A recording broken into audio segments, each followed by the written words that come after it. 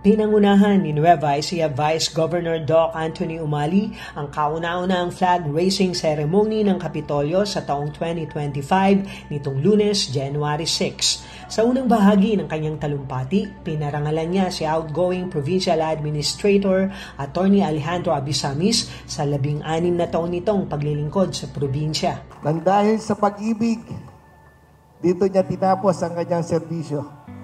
Nang dahil sa pag-ibig, dito niya ibinigay ng buong puso ang kanyang lahat ng kanyang magagawa para paglingkuran ang buong lalawigan ng Nueva Ecija.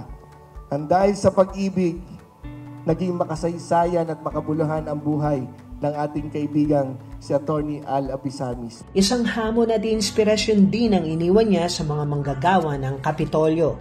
Yung mapangiti natin ang ating mga kababayan na humihingi ng tulong, na umaasa sa ating serbisyo, ay malaking pong accomplishment sa bawat isa na makapagpangiti tayo ng ating mga kababayan nang dahil sa ating trabahong ipinagkaloob. Kaya mga minamahal nating mga kasamahan sa kawani ng pamahalang palalawigan, ipagpatuloy po natin ang ganitong klase ng pagsiservisyo.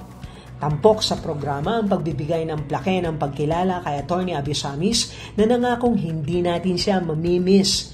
Sinundan ito ng talumpati ng papalit sa kanya na si dating Provincial Tourism Officer, Attorney Jose Maria San Pedro. Hindi niyo po ako mamimiss.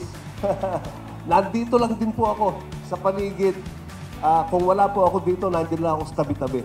That I will do my very, very best to be an effective and efficient provincial administrator. I would, of course, follow suit kung ano po yung mga magagandang practices ni Sir PA, ay pagpapatuloy po natin yan, asahan nyo po yan.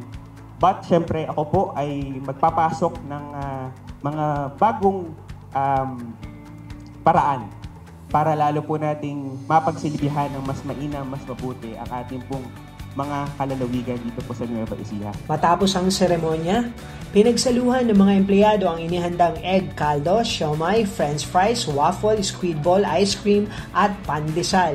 Sakto sa paalala ng Vice-Gobernador na ituring na pamilya ang bawat isa sapagkat ang pamilya ay nagtutulungan at may malasakit.